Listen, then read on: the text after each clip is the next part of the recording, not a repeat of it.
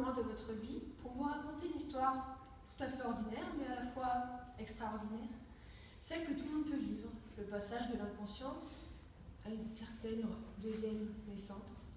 Et oui, je vais vous raconter l'histoire d'une vie, plus particulièrement la mienne. Je m'appelle Camille, j'ai 22 ans, salut, et je vous parle maintenant de ma période de 18 à 21 ans.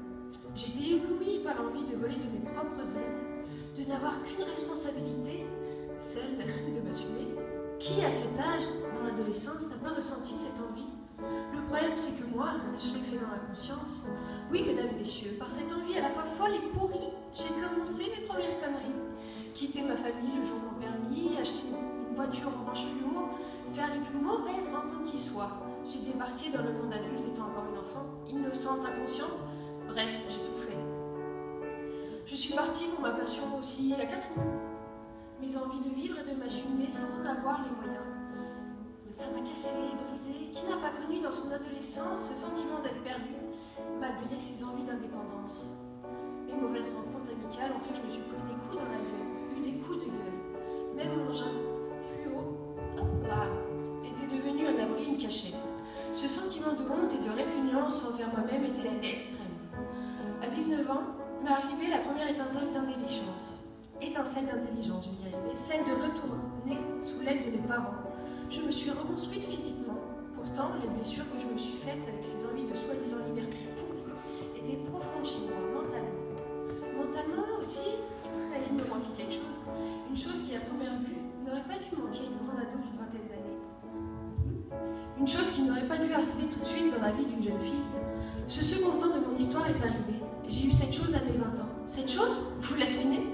Eh bien, c'est tout simplement l'amour.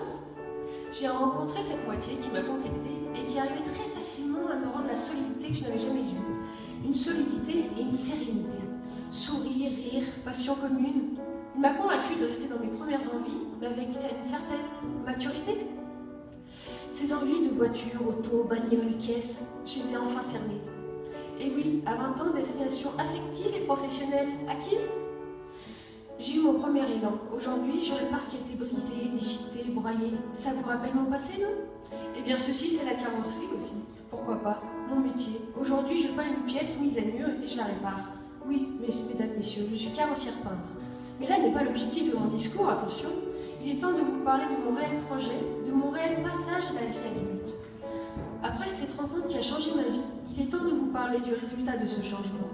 Un mercredi soir, j'ai appris ma fameuse renaissance, cette nouvelle chance de passer comme il se doit au monde adulte, plus exactement au monde des mamans. Et là, mesdames, messieurs, commence le premier vrai chapitre de ma vie, celui de mon fils, Marius, né en avril 2016, et je tiens à partager avec vous le reste de mon histoire par ses photos et une reprise de Claudio Capéo qui définit cette envie de vivre avec cette responsabilité, non pas d'être père, mais d'être mère.